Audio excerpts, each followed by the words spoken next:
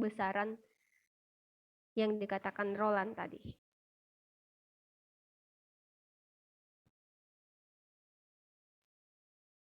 Ayo, masa kalian nggak paham memberikan contoh pengukuran untuk besaran tadi? Ayo, siapa?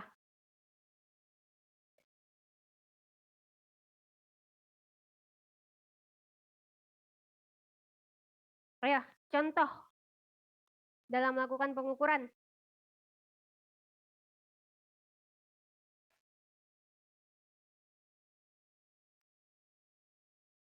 Hei, oke, Rafli. Langsung aja, nggak usah malu-malu. Contohnya pengukuran tegangan dalam aki itu dengan menggunakan voltmeter. Tegangan dalam dah. Sama arus juga. Arus dengan juga. menggunakan ampermeter. Oke, yang lain? Satu contoh lagi. Tadi Rafli mengatakan pengukuran tegangan pada aki menggunakan avometer. Iya, Dan Bu. arus juga. Satu lagi, satu contoh.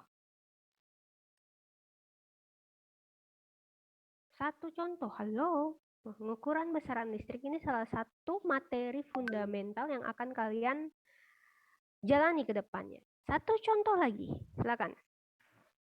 Bu, permisi, Bu. Pengukuran arus Bu, arus motor listrik menggunakan ampermeter, Bu. Apa? Pengukuran arus? Ada motor listrik menggunakan ampermeter. Pengukuran arus pada motor listrik menggunakan ampermeter atau juga bisa menggunakan CT, Bu, yang dihubungkan seri, Bu. Bisa menggunakan CT untuk menghubungkan seri. Dihubungkan dengan Bu, alat ukurnya itu, Bu. Alat ukurnya. CT-nya untuk mendapatkan ya, besaran arusnya, Bu. Besaran atau parameter arusnya. Oke. Good. Oke, terima kasih atas semua jawabannya. Benar yang dikatakan teman-teman kalian semua. Pengukuran besaran listrik intinya adalah kita ingin mengukur parameter-parameter untuk mengetahui kapasitas dari sistem tersebut. Tadi yang dikatakan untuk melihat nilai tegangan harus menggunakan voltmeter. Dalam mengukur, pasti kita memerlukan namanya alat ukur. Kalian kan sudah dapatkan alat ukur. Tadi ada yang mengatakan pakai avometer untuk aki, kemudian pada motor menggunakan CT tapi harus dihubungkan secara seri. Ya, kalian harus pahami dulu. Pengukuran tidak semerta-merta seperti avometer dalam mengukur tegangan. Langsung nih kan ada tahu kan bentuknya avometer? Ada jumper positif, ada jumper negatif. Terus skalanya bisa diputar ketegangan, udah kalian masukin seperti itu. Oke, dapat nilai tegangannya. Arus pun seperti itu.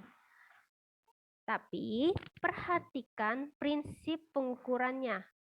Kalau tegangan seperti apa, arus seperti apa. Begitupun dengan alat ukur lainnya. Nah, itu adalah teori yang sudah kalian dapat di UTS kemarin ya. Jadi saya cuma refleksi. Kemudian, tugas besar apa sih yang akan kita lakukan ke depannya? Ya, seperti tadi, pengukuran-pengukuran yang langsung ke lapangan.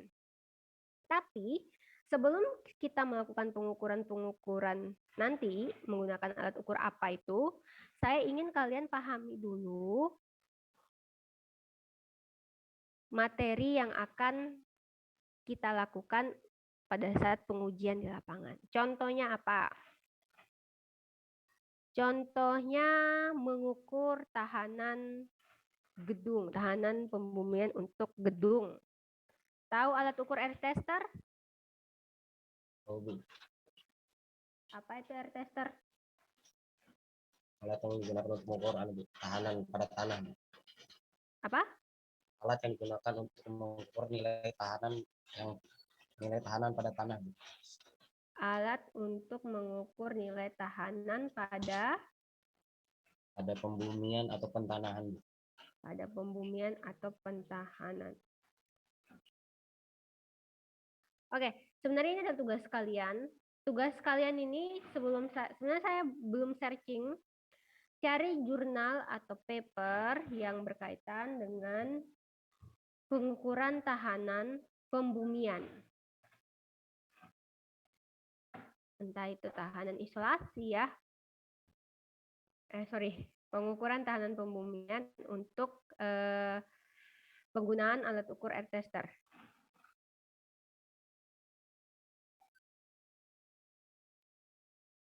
Permisi Bu, mau nanya. Ya, Di itu papernya disuruh cari paper apa Bu? pengukuran tahanan pembumian yang menggunakan alat ukur air tester. Jadi kalian harus familiar membaca jurnal paper dan diharapkan mencarinya itu 5 tahun dari sekarang. Kenapa? Karena kita selalu update dalam dunia research, penelitian. Selalu ada yang terbaru. Dan di jurnal tersebut biasanya mengangkat suatu kasus, atau artinya studi kasus. Ngapain sih kita ngukur tahanan pembumian? Buat apa? Biasanya di jurnal-jurnal itu muncul.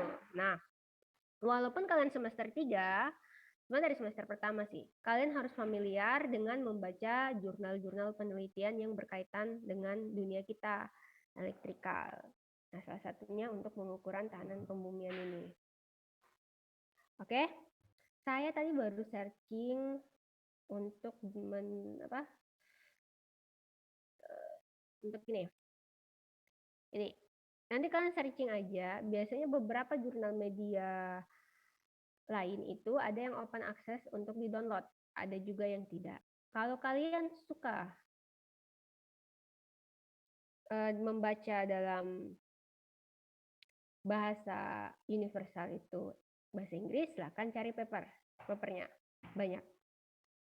Contoh kasus di sini ada judul analisis perbandingan nilai tahanan pembumian pada tanah basah, tanah berpasir, dan tanah ladang.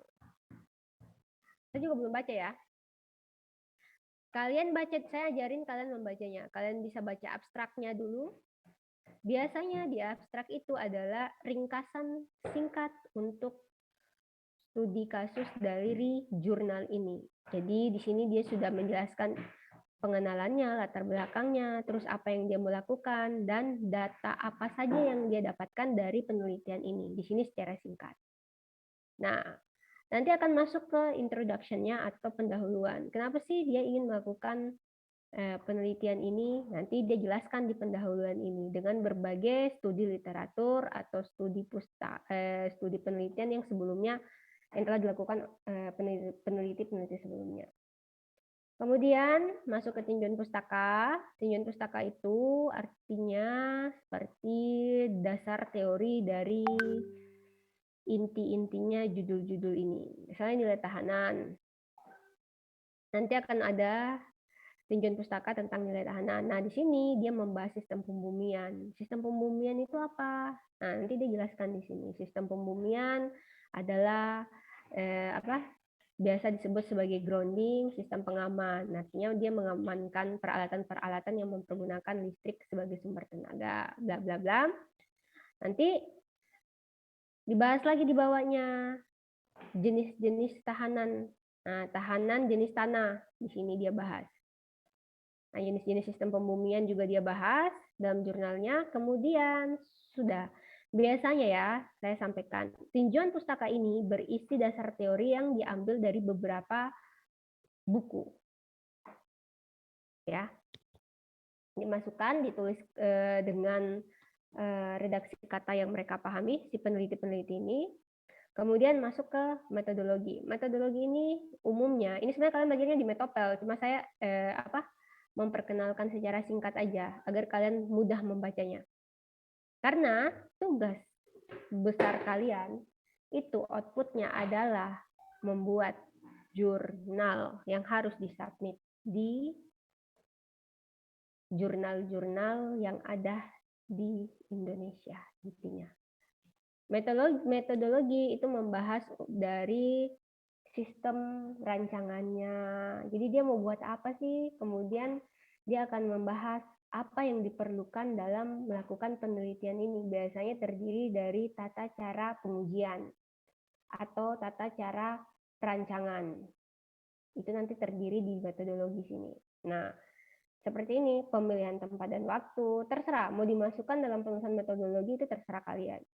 kemudian ada peralatan pengukuran.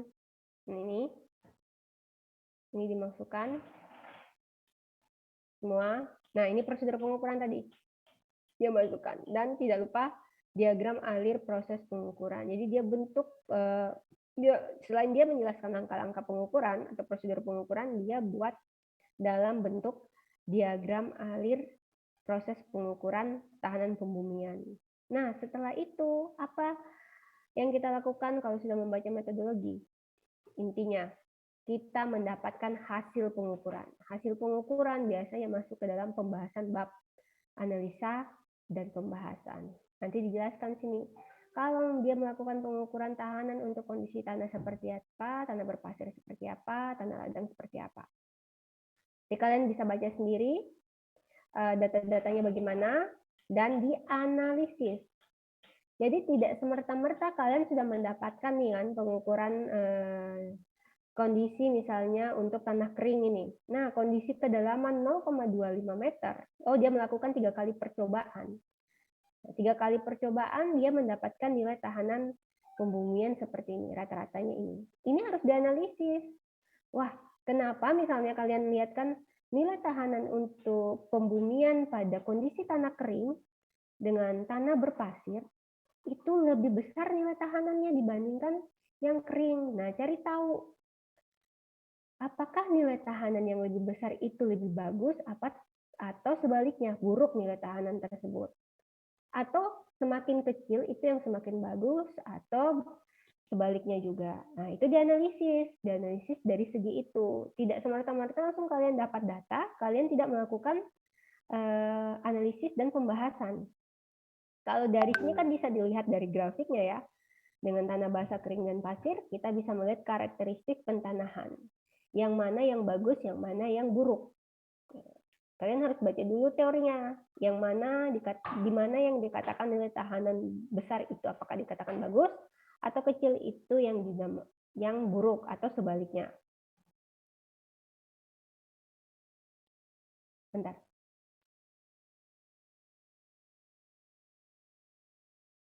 Oke. Setelah lakukan analisis, pembahasan, data, kita masuk kesimpulan. Oke? Intinya seperti itu. Pembahasan kita ke depannya yang akan kita lakukan adalah pengukuran tahanan tanah, tahanan pembumian itu pasti, dan coba cari contoh kasus lainnya, apakah pengukuran pembumian itu bisa dilakukan pada gedung misalnya. Nah, coba cari aja contoh kasus. Nanti kita bahas, kita bagi kelompok-kelompok ini, siapa yang akan melakukan pentanahan yang misalnya seperti tadi contoh kasus tadi kan, tanah kering, tanah basah, tanah berbatu misalnya, tapi di daerah sini jadi daerah kampus kita aja. Kemudian misalnya ada yang akan melakukan pengukuran tahanan untuk pembumian pada gedung A, gedung B, gedung C misalnya untuk mengetahui nilai tahanannya. Sudah itu masih satu proyek. Nah, kita akan melakukan 2 pengukuran nanti ke depan, 2 sampai 3 lah. Pengukuran pertama itu dilakukan dengan pengukuran tahanan tadi. Silakan cari skema contoh kasus yang berbeda dari kelompok satu dengan kelompok lainnya. Nah, nanti dibagi, sabar. Sebelum dibagi, tadi dulu kalian baca jurnal. Kenapa harus dibaca jurnal? Agar kalian kaya. Kaya apa? Kaya akan studi literatur, studi teorinya juga diperdalam lagi. Jadi tidak pusing pada saat pengambilan data ke lapangan. Tenang saja, nanti kalian akan didampingi sama beberapa abang kalian. Tapi tetap kita akan sesuai prokes intinya. Ada jadwalnya, ada schedule-nya. Oke, itu untuk pengukuran tahanan. Kedepannya lagi kita akan melakukan pengukuran apa? Pengukuran yang paling sering kita jumpai. Pengukuran nilai arus dan nilai tegangan beserta nilai daya. Pada apa? Nah, masih kita carikan pada apa. Pokoknya pada sebuah sistem, pada plan lah intinya. Jadi siapkan alat ukur kalian, avometer, itu seharusnya udah wajib kalian miliki masing-masing. Kalau untuk air tester mungkin nanti dipinjamkan dari lab atau dari beberapa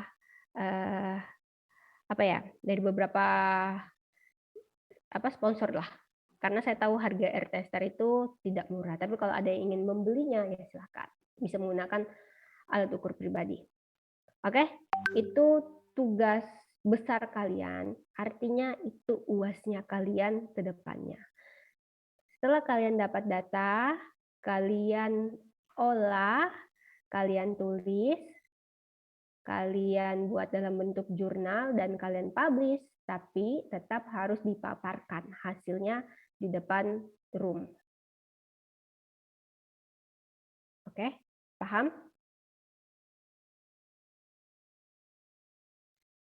Paham ya? Nah, jadi untuk pertemuan berikutnya kita membahas dulu tentang contoh-contoh kasus yang kalian dapat dari jurnal-jurnalnya orang lah, jurnal-jurnalnya peneliti sebelumnya lah. Jadi di situ nanti akan terbuka kalian, oh seperti ini pengukuran untuk air tester. Nah, karena kita mau melakukan pengukuran, saya itu ingin melihat kemampuan atau evaluasi kalian terkait PBL, pengukuran besaran listrik ini sudah sampai mana dengan melakukan kuis. Jadi, silakan siapkan kertas kosong beserta pulpen. Oke, siap semua? Bentar, Bu.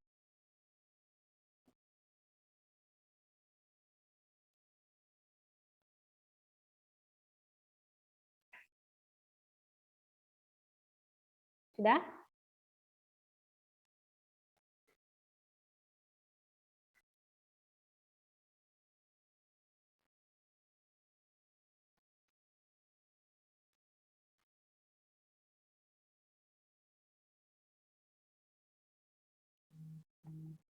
Sudah ya? Sudah belum?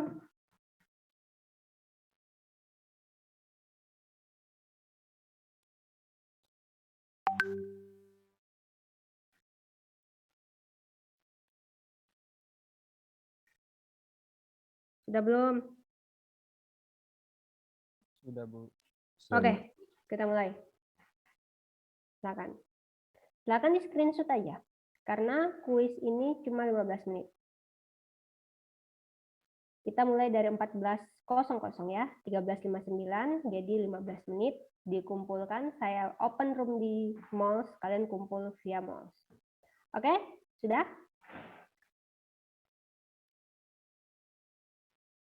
Oke, yang kedua. Nah, gampang aja kan 15 menit. Silakan.